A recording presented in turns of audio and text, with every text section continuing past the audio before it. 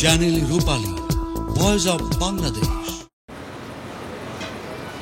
মুক্তিযোদ্ধাদেরকে ছোট করার কম চেষ্টা হয় নাই, কাদের সিদ্দিকীকে ল্যাং মারার কম চেষ্টা হয় নাই। বঙ্গবন্ধু যদি বেঁচে থাকতেন মুক্তিযোদ্ধাদের এই অবস্থা হতো না। বৈষম্য বিরোধী আন্দোলনের সফলতা, আমি তাদেরকে হাজারবার সম্মান জানাই, কিন্তু তারা যখন অথবা তাদের নামে যখন মুক্তিযোদ্ধাদের গলায় জুতার মালা পরায়, আমি বলে দিতে চাই তাদের গলায় একদিন মালা পড়বে। সেখান থেকে মুক্তি নাই। আমি কালকেও বলেছি,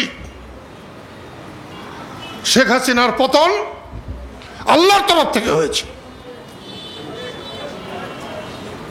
তিনি কাউকে সম্মান করেন নাই, কাউকে গুরুত্ব দেন নাই। দেশ কারো একার নয়, দেশ সবার। এই দেশে একটা চোর ডাকাতেরও জীবন রক্ষার দায়িত্ব রাষ্ট্রের। বিচার করুন, বিচার করে শাস্তি দিন, 10 বার ফাঁসি দিন, যদিও আমি ফাঁসির পক্ষে না, কিন্তু বিচার করে করতে হবে। তা হয় নাই, সেই জন্য এটা হয়েছে।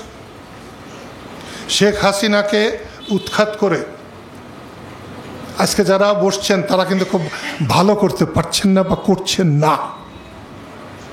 শেখ হাসিনার 16 বছরের সরকার আমলে যে দুর্নীতি হয়েছে, 10 মাসের আমলে তার চেয়ে বেশি দুর্নীতি যদি হয়, তাহলে কে ভালো? প্রশ্নটা এখানে আসে। আমি সেই জন্যে মুক্তিযোদ্ধাদেরকে বলবো, নিজেদেরকে চিনো আগে। তোমরা নিজের জন্য মুক্তিযোদ্ধা না, মানুষের সেবা করার জন্য মুক্তিযোদ্ধা।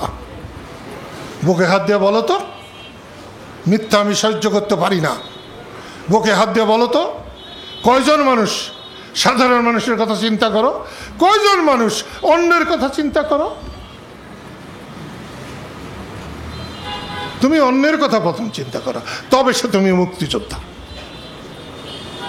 তোমার চিন্তা যদি তোমার থাকে, তুমি কত ভাতা পাইলা, ডাক্তারি চিকিৎসা পাইলা কি পাইলা না, গাড়ির টিকিট পাইলা কি পাইলা না, এগুলা তোমার মাথায় না থেকে পাবলিক কি পাইলো এটা যদি তোমার মাথায় থাকতো, তাহলে আমি দেখতাম তুমি কি পাইলা কি পাইলা না।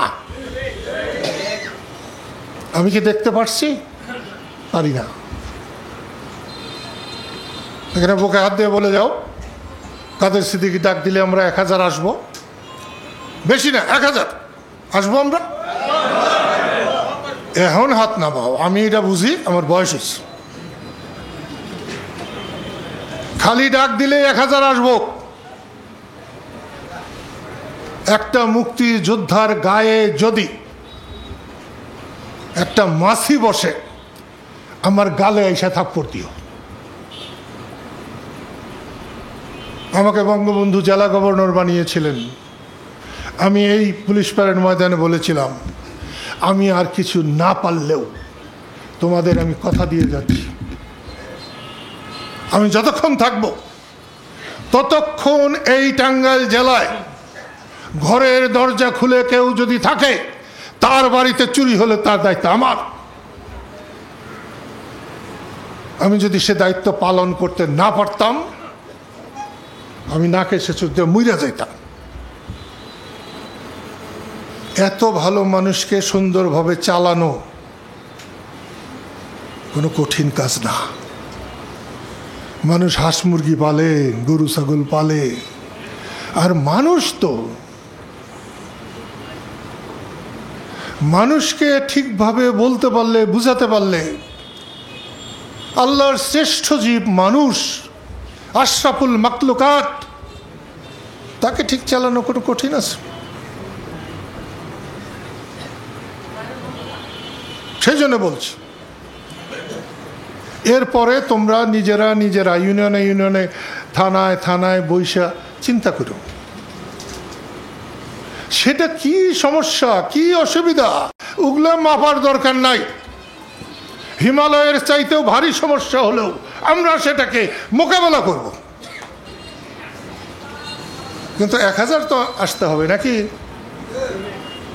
ছেলে মেয়ে নিয়ে আসলে তো 5000 হইতে পারে, 1000 হলেই যথেষ্ট। আমি এখন একটু অন্য দিকে যাচ্ছি। সেদিকটা হলো, তখন বাজে 3:45 আমি অজু করতেছিলাম। কে বক্তৃতা করতেছিল আমি জানি না, সে অন্তত পক্ষে 5 বার পাক বাহিনী বলেছে। পাক বাহিনী আসলে কি হানাদাররা পাক বাহিনী? মানুষ খুন করলে, মা বোনের সম্ভ্রম নষ্ট করলে, বাড়ি ঘর পুড়িয়ে দিলে তারা পাক হয় না নাপাক হয়? আমাদের মুক্তিযোদ্ধাদের কণ্ঠেই যদি, মুখে যদি পাক বাহিনী থাকে, তাহলে আমরা যাব কোথায়? এই অসচেতন মনোভাব কিন্তু আমাদের ধ্বংস করছে। আমি গত 14 বছর শেখ হাসিনার অনেক সমালোচনা করেছি, কিন্তু আজকেও শেখ হাসিনাকে যদি কেউ অন্যায়ভাবে অবিচার করে, আমি সবার আগে তার সামনে গিয়ে দাঁড়াবো। সে বঙ্গবন্ধুর কন্যা। আর আজকে যত লোকে ফটর ফটর করুন, বঙ্গবন্ধু না থাকলে বাংলাদেশ হইতো না, বাংলাদেশ না হইলে এই দালান কোটা হইতো না। আপনি বঙ্গবন্ধুকে মানবেন না, জিয়াউর রহমানকে মানবেন না, মুক্তিযুদ্ধ মানবেন না, স্বাধীনতা মানবেন না, আপনি বলে দ্বিতীয় স্বাধীন করছেন। কোন দেশ দ্বিতীয়বার স্বাধীন হয়? রাজাকাররাও কয়, এটা আমি বলছি না, কিন্তু দ্বিতীয়বার কোনো দেশ স্বাধীন হয় না। ঠিক আছে, একটা বিরাট কাজ করেছে, ঝোঁকে ঝোঁকে যদি বইলা থাকো বলছো ভালো। শেরে বাংলাকে বাদ দিয়ে, মৌলানা ভাসানীকে বাদ দিয়ে, হোসেন শহীদ সরওয়ার্দিকে বাদ দিয়ে আজকে বৈষম্য বিরোধী না, এটা বুঝতে হবে। আর যে যত বড়ই হন, সবাই মানুষের সেবক, আপনারা কেউ মানুষের মালিক না। এই মালিকানা ছেড়ে দিতে হবে। সেই জন্য বলছি, মুক্তিযোদ্ধাই যদি পাক বাহিনী কয় অসচেতন ভাবে, তাহলে আমরা কোথায় গিয়ে দাঁড়াবো? এবং বন্ধুরা, আজকে আমাদের মাঝে নেই আবু মোহাম্মদ এনায়েত করিম, বীর মুক্তিযোদ্ধা, কাদেরিয়া বাহিনীর প্রশাসক। তিনি আমাদের কাছ থেকে হারিয়ে গেছেন।